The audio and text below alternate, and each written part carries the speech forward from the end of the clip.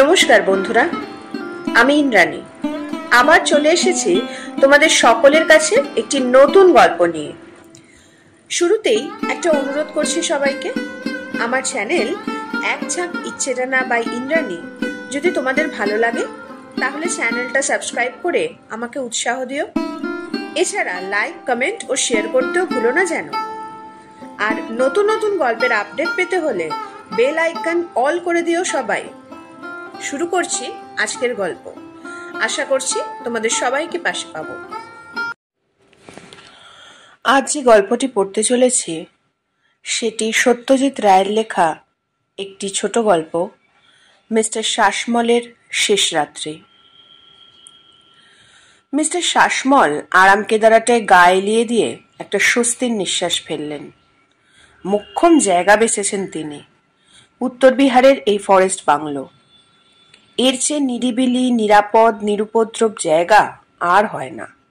ঘরটিও দিব্যি, সাহেবী আমলের মজবুত সুদৃশ্য টেবিল চেয়ার সাজানো, প্রশস্ত খাটে বালিশ, বিছানা তকতকে পরিষ্কার। ঘরের সঙ্গে লাগোয়া বাথরুমটিও বেশ বড়। পশ্চিমের জানালাটা দিয়ে ফুরফুরে বাতাস আসছে, আর সেই সঙ্গে আসছে ঝিঝির একটানা শব্দ। বিজলি না থাকলেও কোনো ক্ষতি নেই। কলকাতার লোডশেডিংয়ে কেরোসিনের আলোয় পড়ার অভ্যেস হয়ে গেছে। বাংলোর আলোতে সাদা কাঁচের শেড থাকার ফলে তার কলকাতার আলোর চেয়ে বেশি বলেই মনে হচ্ছে। সঙ্গে বই আছে, গোয়েন্দা উপন্যাস মিস্টার শাসমলের প্রিয় পাঠ্য। এক চৌকিদার ছাড়া বাংলোয় অন্য কোনো বাসিন্দা নেই, অর্থাৎ আর কারুর মুখ দেখতে হবে না, কারুর সঙ্গে কথা বলতে হবে না। চমৎকার! কলকাতার ট্যুরিস্ট আপিসে গিয়ে 10 দিন আগে থেকে বলে এসেছিলেন এই বাংলোর কথা। দিন চারেক আগে মিস্টার শাসমল তাদের কাছ থেকে চিঠিতে জানেন যে ঘর বুক করা হয়ে গেছে।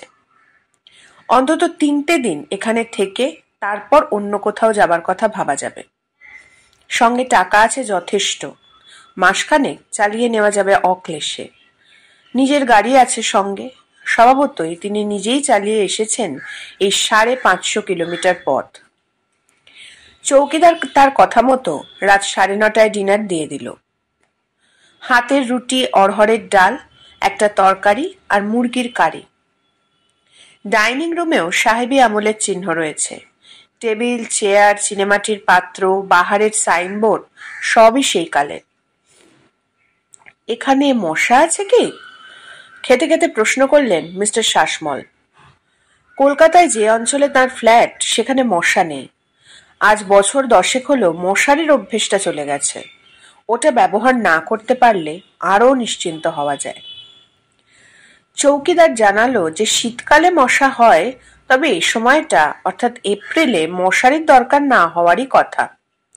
অবশ্যই স্টকে আছে মশারি, সাহেবের দরকার হলে কাটিয়ে দেবে।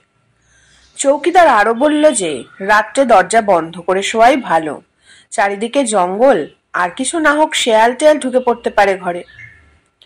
মিস্টার শাসমল অবশ্যই নিজেই ঠিক করেছিলেন যে দরজা বন্ধ রাখবেন।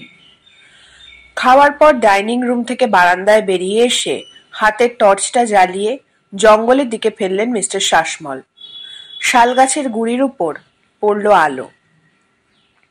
তারপর আলোটা এদিক ওদিক ঘুরিয়ে দেখলেন কোনো জানোয়ার জাতীয় কিছু দেখা যায় কিনা। চোখে পড়ল না কিছুই। নিস্তব্ধ বন, ঝিঁঝি ডেকে চলেছে অবিরাম। বাংলোয় ভূত টুত আছে নাকি হে? হালকাভাবে প্রশ্ন করলেন মিস্টার শাসমল। চৌকিদার খাবার সরঞ্জাম তুলে নিয়ে তার ঘরের দিকে যাচ্ছিল। সে খালি একটু হেসে জানিয়ে দিল যে সে এখানে 35 বছর আছে। বহু লোক এই বাংলোয় এসে থেকে গেছে, কেউ কোনোদিন ভূত দেখেনি। কথাটা শুনে মিস্টার শাসমল আরও খানিকটা হালকা বোধ করলেন। ডাইনিং রুমের পর একটা ঘর ছেড়েই তার নিজের ঘর, তাই আর খেতে যাওয়ার সময় দরজাটা বন্ধ করেননি। ঘরে ঢুকে বুঝলেন বন্ধ রাখলেই ভালো ছিল। এই ফাঁকে কখন জানি একটা কুকুর ঢুকে পড়েছে। নেড়ি কুকুর, সাদার উপর বাদামি ছোপ, রুগ্ন হাড় বের করা চেহারা। এই ভাগ ভাগ, নিকাল হয়ে আসে। কুকুর ঘরের এক কোণে বসে আছে, ধমকে কোনো কাজ হলো না। যেন এই ঘরেই রাত কাটাবে এমন একটা ভাব নিয়ে বসে রইল। এই কুত্তা, ভাগ ভাগ। এবারে কুকুরটা মিস্টার শাসমলের দিকে দাঁত খিচিয়ে দিল। মিস্টার শাসমল দুপা পিছিয়ে এলেন। ছেলেবেলায় যখন বেগ বাগানে থাকতেন তখন একজন প্রতিবেশীর ছেলেকে পাগলা কুকুরে কামড়ায়, ফলে ছেলেটির হয় জলাতঙ্ক। মিস্টার শাসমলের স্মৃতিতে সেটা একটা বিভীষিকার আকার ধারণ করে আছে। দাঁত খিচনো কুকুরের দিকে এগোনোর হিম্মত তার নেই। আর দৃষ্টি কুকুরের দিকে রেখে মিস্টার শাসমল ঘর থেকে বারান্দায় বেরোলেন। চৌকিদার বাবু, একবার এদিকে এসো তো। চৌকিদার গামছা দিয়ে হাত মুছতে মুছতে এগিয়ে এলো। আমার ঘরে একটা কুকুর ঢুকেছে, ওটাকে তাড়াও তো। কুত্তা? চৌকিদার যেন ভারী অবাক হয়েছে বলে মনে হলো। কেন, কুকুর নেই নাকি এ তল্লাটে? তুমি আকাশ থেকে পড়লে যে? ঘরে এসো, দেখিয়ে দিচ্ছি। চৌকিদার মিস্টার শাসমলের দিকে একটা সন্দিগ্ধ দৃষ্টি দিয়ে তার ঘরে ঢুকলো। কাহায় কুত্তা বাবু? মিস্টার শাসমলও ঢুকলেন তার পিছন পিছন। সত্যি তো, এই 2 মিনিটের মধ্যে কুকুর ভেগেছে। তাও নিশ্চিন্ত হবার জন্য চৌকিদার খাটের তলা এবং পাশের বাথরুমটা দেখে নিল। নেই বাবু, কুত্তা নেই। ছিল, চলে গেছে। মিস্টার শাসমলের নিজেকে একটু বোকা বোকা লাগছিল। চৌকিদারকে ফেরত পাঠিয়ে দিয়ে তিনি আবার আরাম কেদারাটায় বসলেন। প্রায় শেষ হয়ে যাওয়া সিগারেটটা ক্যারামের খুঁটি মারার মতো করে জানলা দিয়ে ফেলে দিয়ে 2 হাত মাথার উপর তুলে আর ভাঙতে ভাঙতে গিয়ে দেখেন, হ্যাঁ, কুকুর যায়নি, অথবা এরই মধ্যে কুকুর আবার ফিরে এসেছে, আর সেইভাবেই ঘরের কোণে দাঁড়িয়ে আছে। জ্বালাতনের এক শেষ। রাত্রিরে তার নতুন চটিটা দফা রফা করবে। ফেলে রাখা চটির ওপর কুকুরের লোভের কথা মিস্টার শাসমল জানেন। মেঝে থেকে বাটার চটিটা তুলে নিয়ে টেবিলের উপর রেখে দিলেন তিনি। ঘরের একজন বাসিন্দা বাড়ল। এখন থাকুক, ঘুমানোর আগে আর একটা চেষ্টা দেবেন ব্যাটাকে বিদায় করার। মিস্টার শাসমল হাত বাড়িয়ে টেবিলে রাখা এয়ারলাইন্স ব্যাগটা থেকে গোয়েন্দা উপন্যাসটা বার করলেন। ভাঁজ করা পাতায় আঙুল ঢুকিয়ে যেই খুলতে যাবেন অমনি তার চোখ গেল কুকুরের কোণের বিপরীত কোণে। সেখানে কখন যে আরেকটি প্রাণী এসে আস্তানা গেড়েছে সেটা শাসমল আদৌ টের পাননি। একটা বেড়াল, বাঘের মতো ডোরাকাটা বেড়াল, ঘোলাটে চোখ তারই দিকে রেখে কুণ্ডলি পাকিয়ে বসে আছেন। এরকম বেড়াল কোথায় দেখেছেন মিস্টার শাসমল? হ্যাঁ, মনে পড়েছে। তার বাড়ির পাশেই মুকুজ্জেদের 7টা বেড়ালের একটা ছিল ঠিক ওই রকম দেখতে। একদিন রাত্রে ঘটনাটা মনে পড়ে গেল মিস্টার শাসমলের।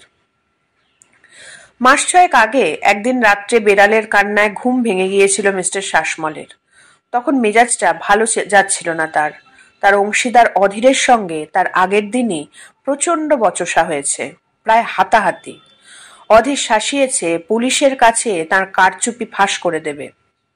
সেই অবস্থায় ঘুম এমনিতেই ভালো হচ্ছিল না, তার উপরে বেড়ালের কাঁদুনি। আরো আধ ঘন্টা এই কান্না শুনে আর থাকতে না পেরে একটা ভারী কাঁচের পেপার ওয়েট তুলে নিয়ে কান্নার উৎস লক্ষ্য করে মিস্টার শাসমল সজোরে নিক্ষেপ করেন। তৎক্ষণাৎ কান্না থেমে যায়। পরদিন সকালে মুখুজ্জেদের বাড়িতে হুলুস থুলুর কাণ্ড। তাদের সাধের হুলোকে মাঝরাত্রিরে কি যেন নৃশংসভাবে খুন করেছে। মিস্টার শাসমলের খুব মজা লেগেছিল কথাটা শুনে। বেড়াল খুন? সেরকম দেখতে গেলে তো মানুষ হামেশাই খুন করছে। মনে পড়ল একবার, বহুদিন আগের ঘটনা। মিস্টার শাসমল তখন কলেজে পড়েন, হস্টেলে থাকেন।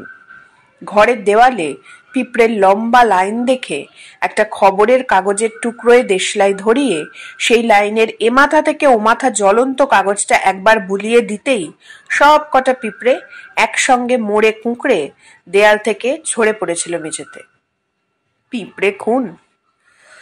মিস্টার শাসমল রিস্ট ওয়াচের দিকে চেয়ে দেখলেন 10টা বেজে 10। মাসখানেক থেকে মাথায় একটা দপদপানি অনুভব করছিলেন তিনি, সেটা এখন আর নেই। আর মাথা গরম ভাবটা, যেটার জন্য তাকে দিনে 3 বার স্নান করতে হতো, সেটাও আর বোধ করছেন না তিনি। মিস্টার শাসমল বইটা খুলে মুখের সামনে ধরলেন। 2 লাইন পড়ে আবার চোখ চলে গেল বেড়ালটার দিকে। সেটা এক রকম ভাবে চেয়ে রয়েছে কেন তার দিকে? না, একা থাকার বাসনা তাকে ত্যাগ করতে হলো। অবশ্যই মানুষ তো তিনি একাই, সেটাই ভরসা। রাত্রে এই 2 প্রাণী যদি উৎপাত না করে তাহলে ঘুম না হওয়ার কোনো কারণ নেই। ঘুমটা খুবই দরকার। গত কয়েকটা দিন স্বাভাবিক কারণেই তার ভালো ঘুম হয়নি। ঘুমের বড়ি খাওয়ার আধুনিক বাতিকটা তার নেই। মিস্টার শাসমল টেবিল থেকে ল্যাম্পটা তুলে বিছানার পাশে ছোট টেবিলটায় রাখলেন। তারপর গায়ের জামা খুলে আলনায় টাঙিয়ে ফ্লাস্ক থেকে 1 গ্লাস জল খেয়ে হাতে বই নিয়ে বিছানায় শুয়ে পড়লেন। পায়ের দিকে কুকুর, সেটা বসা অবস্থা থেকে উঠে দাঁড়িয়েছে। দৃষ্টি মিস্টার শাসমলের দিকে। কুকুর খুন? মিস্টার শাসমলের বুকের ভিতরে ধড়াস করে উঠল। হ্যাঁ, তা একরকম খুন বই কি। ঘটনাটা মনে পড়ে গেছে। বোধহয় 73 সাল। গাড়িটা তখন সবে কিনেছেন মিস্টার শাসমল। চালক হিসেবে তিনি কিঞ্চিত র্যাশ। কলকাতার ভিড়ে স্পিড তোলা সম্ভব নয়, তাই বোধহয় শহর থেকে বেরোলেই মিস্টার শাসমলের স্পিডোমিটারের কাঁটা তত্তরিয়ে উঠে যায় উপর দিকে। 70 মাইল স্পিড না ওঠা পর্যন্ত তার মন অতৃপ্ত থেকে যায়। সেই অবস্থায় একবার ন্যাশনাল হাইওয়ে দিয়ে কোলাঘাট যাবার পথে একটা নেড়ি কুকুর তার গাড়ির তলায় পড়ে। সাদার উপর বাদামি ছোপ। মিস্টার শাসমল তার সত্ত্বেও গাড়ির স্পিড কমাননি। যে কুকুর খেতে পায় না, যার পাঁজরার হাড় গোনা যায়, তার বেঁচে থেকে লাভ কি? এমন একটা ধারণা মনে এনে অপরাধবোধ লাঘব করতে চেষ্টা করেছিলেন, এটাও মনে আছে। কিন্তু এই স্মৃতি তার মনের নিরুদ্বেগ ভাবটাকে একেবারে তছনছ করে দিল। জীবনে যত প্রাণী হত্যা করেছেন, তিনি তার সবগুলোই কি আজ এই ঘরে এসে হাজির হবে নাকি? সেই প্রথম পাওয়া এয়ার গান দিয়ে মারা কুচকুচে কালো নাম না জানা পাখি, আর সেবার সেই ঝাড়গ্রামে মামা বাড়িতে থান ইট দিয়ে। হ্যাঁ, সেটাও এসেছে। জানালার দিকে চোখ যেতেই মিস্টার শাসমল সাপটাকে দেখতে পেলেন। হাতছাড়েক লম্বা একটা গোখরো। তার মসৃণ দেহটা জানলা দিয়ে ঢুকে দেয়ালের সংলগ্ন টেবিলটার উপর উঠেছে। এপ্রিল মাসে সাপ বেরোয় না, কিন্তু সাপ বেরিয়েছে। সাপের 3 ভাগের 2 ভাগ রয়ে গেল টেবিলের উপর। বাকি 1 ভাগ টেবিল ছেড়ে উঁচিয়ে উঠল ফণা তোলার ভঙ্গিতে। ল্যাম্পের আলোয় জলজল করছে তার নির্মম নিষ্পলক 2টি চোখ। ঝাড়গ্রামে তার মামার বাড়িতে ঠিক এমনই একটা গোখরোর মাথা থেতলে দিয়েছিলেন মিস্টার শাসমল থান ইট মেরে। সেটা ছিল নাকি বাস্তু সাপ, কারুর কোনো অনিষ্ট করেননি কোনো দিন। মিস্টার শাসমল অনুভব করলেন তার গলা একদম শুকিয়ে গেছে। চেঁচিয়ে যে চৌকিদারকে ডাকবেন তার কোনো উপায় নেই। বাইরে ঝিঝির ডাক থেমে গিয়ে চারিদিকে এক অপার দিব নিস্তব্ধতা। হাত ঘড়ির কোনো শব্দ নেই, না হলে সেটা শোনা যেত। একবার মিস্টার শাসমলের মনে হলো তিনি হয়তো স্বপ্ন দেখেছেন। সম্প্রতি 2 একবার এরকম হয়েছে। নিজের ঘরে নিজের খাটে শুয়ে হঠাৎ মনে হয়েছে তিনি যেন অন্য কোথাও রয়েছেন। ঘরে অচেনা লোকজন চলাফেরা করছে, অস্ফুট স্বরে কথা বলছে, কিন্তু সেটা কয়েক মুহূর্তের জন্য। ঘুমিয়ে পড়ার ঠিক আগের মুহূর্তে বোধহয় এরকম হয়। এও একরকম স্বপ্ন, যদিও পুরোপুরি স্বপ্ন নয়। আজ অবশ্যই স্বপ্ন দেখছেন না তিনি। নিজের গায়ে চিমটি কেটে বুঝেছেন তিনি জেগেই আছেন। যা ঘটেছে তা সত্যিই তার চোখের সামনে ঘটেছে এবং তাকে দেখানোর জন্যই ঘটছে। আরো ঘণ্টাখানেক এইভাবে শুয়ে রইলেন মিস্টার শাসমল। ইতিমধ্যে মশা ঢুকেছে ঘরে। কামড় তিনি অনুভব করেননি এখনো, কিন্তু তারা যে আশেপাশে ঘোরাফেরা করছে সেটা চোখে দেখে এবং কানে শুনে বুঝছেন। কত মশা মেরেছেন তিনি জীবনে, তার হিসেব আছে কি? শেষ পর্যন্ত প্রাণীদের দিক থেকে উৎপাতের কোনো ইঙ্গিত না পেয়ে মিস্টার শাসমল খানিকটা নিশ্চিন্ত বোধ করলেন। এবার ঘুমানোর চেষ্টা দিলে কেমন হয়? ল্যাম্পটা কমানোর জন্য হাত বাড়াতেই বাইরে থেকে একটা শব্দ এলো।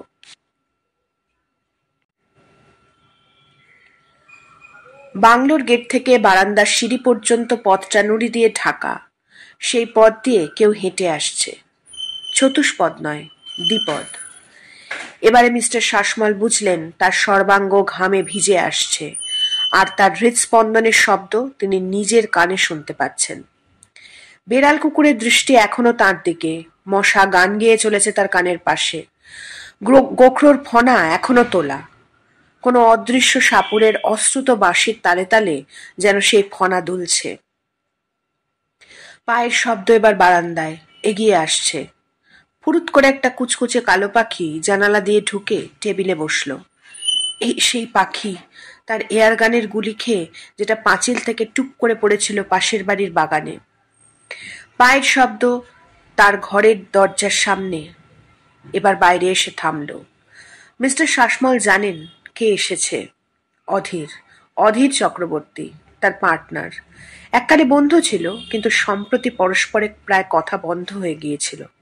মিস্টার শাসমলের ব্যবসায়িক কারচুপি অধীরের পছন্দ হয়নি। তাকে শাসিয়েছিল পুলিশে ধরিয়ে দেবে বলে। মিস্টার শাসমল উল্টে বলেছিলেন, ব্যবসার ক্ষেত্রে সিধে রাস্তাটা হলো মূর্খের রাস্তা। অধীর সেটা মানেননি। এটা আগে জানা থাকলে কখনোই তাকে অংশীদার করতেন না মিস্টার শাসমল। তিনি বুঝেছিলেন অধীর তার পরম শত্রু, আর শত্রুর শেষ রাখতে নেই। শেষ রাখেননি মিস্টার শাসমল। গতকাল রাত্রে অধীরেরই বৈঠকখানায় দুজনে মুখোমুখি বসেছিলেন। মিস্টার শাসমলের পকেটে রিভলভার। খুনের অভিপ্রায় নিয়েই এসেছেন তিনি। মাত্র হাত চার দূরে বসে অধীরের গলা যখন ভর্ৎসনার সপ্তমে চড়েছে, তখন রিভলভার বার করে গুলি চালান মিস্টার শাসমল। তার হাতে আগ্নেয়াস্ত্র দেখে এককালের বন্ধু অধীর চক্রবর্তীর মুখের অবস্থা কি হয়েছিল সেটা ভাবতে হাসি এলো মিস্টার শাসমলের। খুনটা করার 10 মিনিটের মধ্যেই তিনি গাড়িতে বেরিয়ে পড়েন।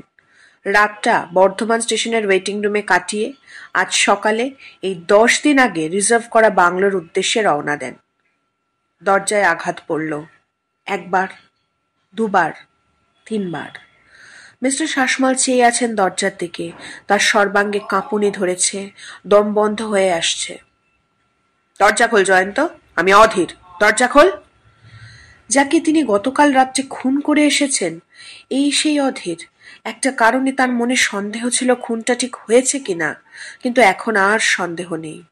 ওই কুকুর, ওই বেড়াল, ওই সাপ, ওই পাখি, আর এখন দরজার বাইরে অধীর। সবাই যখন এসেছে মৃত্যুর পরে, তখন অধীরও আসবে, সেটাই সঙ্গত। আবার দরজায় ঘন ঘন করাঘাত। মিস্টার শাসমলের দৃষ্টি ঝাপসা, কিন্তু তিনি দেখতে পাচ্ছেন কুকুরটা তার দিকে এগোচ্ছে। বেড়ালের চোখে তার নিজের চোখের এক হাতের মধ্যে। সাপটা টেবিলের পায়া বেয়ে মেঝেতে নামছে তারই দিকে এগোবে বলে। পাখিটা এসে তার খাটের উপর বসল। তার বুকে গেঞ্জির উপর অজস্র পিঁপড়ে এসে হাজির হয়েছে। শেষ পর্যন্ত 2 কনস্টেবলের ঠেলায় দরজা ভাঙল। অধীরবাবুই পুলিশ নিয়ে এসেছেন কলকাতা থেকে। মিস্টার শাসমলের কাগজপত্র থেকে ট্যুরিস্ট ডিপার্টমেন্টের একটা চিঠি বেরোয়। এই বাংলো রিজার্ভ করার খবর ছিল তাতে। ঘরে ঢুকে মিস্টার শাসমলকে মৃত অবস্থায় দেখে ইন্সপেক্টর সামন্ত অধীরবাবুকে জিজ্ঞেস করলেন তার পার্টনারের হার্টের ব্যারাম ছিল কিনা। অধীরবাবু বললেন, হার্টের কথা জানি না, তবে ইদানিং ওর মাথাটা গোলমাল করছিল। যেভাবে টাকা এদিক ওদিক করেছে, আমাকে যেভাবে ঠকিয়েছে, সেটা সুস্থ মস্তিষ্ক লোকের পক্ষে সম্ভব নয়। অবশ্য ওর হাতে রিভলভার দেখে সে ধারণা আরো বদ্ধমূল হয়। সত্যি বলতে কি, ও যখন ওটা বার করলো পকেট থেকে, তখন আমি নিজের চোখে বিশ্বাস করতে পারিনি। ও গুলি মেরে পালানোর 10 মিনিট লেগেছিল আমার সংবিত ফিরে পেতে। তখনই ঠিক করি এই উন্মাদকে পুলিশের হাতে তুলে দিতে হবে। আমি যে খুন হইনি সেটা নেহাতি দৈবক্রমে। মিস্টার সামন্ত ভ্রু কুঞ্চিত করে বললেন, কিন্তু এত কাজ থেকে আপনাকে মিস করলেন কি করে? অধীরবাবু মৃদু হেসে বললেন, কপালে মৃত্যু না থাকলে আর মানুষ কি করে মরে বলুন? গুলি তো আমার গায়ে লাগেনি, লেগেছিল আমার সোফার গায়ে। অন্ধকারে লক্ষ্যভেদ করার ক্ষমতা আর কজনের থাকে? রিভলভার বার করার সঙ্গে সঙ্গে যে আমাদের পাড়ায় লোডশেডিং হয়ে যায়। ব্যাস, আজ এ পর্যন্তই। মানুষের কর্মফল কখনোই তার পিছু ছাড়ে না, আর বিবেক হলো মানুষের সব থেকে বড় শাস্তি। এই শাস্তি যে মানুষ ভোগ করেছে সেই জানে এর আঘাত কত সাংঘাতিক। গল্পটি ভালো লাগলে লাইক করবেন এবং কমেন্ট করে জানাবেন আমাকে। শেয়ার করে অন্যকে শুনতে সাহায্য করবেন। আর আমার কাজ ভালো লাগলে আমার চ্যানেলটি সাবস্ক্রাইব করে আমাকে উৎসাহিত করবেন। আজ এ পর্যন্তই। খুব তাড়াতাড়ি নতুন গল্প নিয়ে হাজির হয়ে যাব। টাটা।